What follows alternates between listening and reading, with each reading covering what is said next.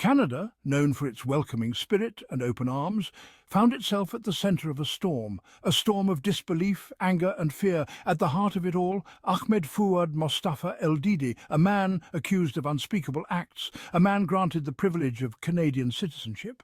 The question on everyone's mind, how? How could someone with alleged ties to ISIS, a group known for its brutality, find safe haven within Canada's borders? This wasn't just a story of immigration, this was a story of national security, a story that shook the nation to its core.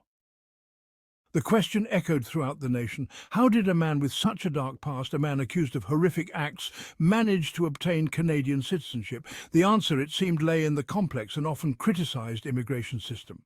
Critics argued that the system, designed to be compassionate and welcoming, had become vulnerable to exploitation. Had security measures been overlooked? Were there loopholes that allowed individuals like Eldidi to slip through the cracks? The public demanded answers, demanding to know how their safety had been compromised. The government, facing intense scrutiny, vowed to investigate, to uncover the truth behind this shocking security breach. The aftermath: political fallout and calls for accountability. The fallout was swift and fierce. Politicians from all sides of the spectrum condemned the government's handling of the situation.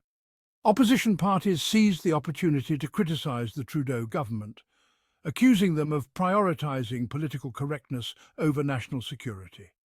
The Prime Minister, facing mounting pressure, promised a thorough investigation, vowing to hold those responsible accountable. The nation watched, their trust shaken, waiting for answers, waiting for justice. The Eldidi case served as a stark reminder of the importance of a robust and thorough vetting process for immigrants and refugees.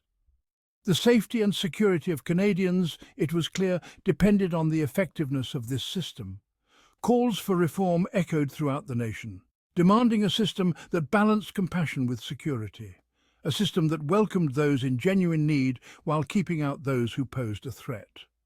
The government, faced with the enormity of the task, promised to review and strengthen existing protocols, vowing to learn from the mistakes of the past.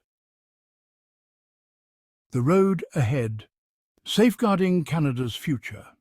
The Eldidi case was a defining moment for Canada, a moment that exposed vulnerabilities in its immigration system and sparked a national conversation about security and compassion.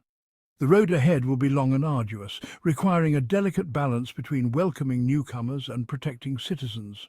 The case served as a stark reminder that the world has changed, that the threat of extremism is real and ever-present. Canada, with its open arms and welcoming spirit, had to adapt, had to find a way to protect its values while safeguarding its future.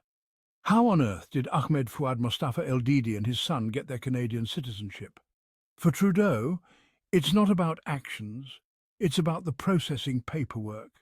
That's more important to the Trudeau Liberals than terrorists trying to kill fellow Canadians and while pledging allegiance to the Islamic State. They will continue to use their online presence to radicalise people in other places like Canada, leading to young men being killed, shot in the back at the War Memorial, and members of the armed forces being murdered in Quebec, mowed down with a car. Canada, it's time to be vigilant.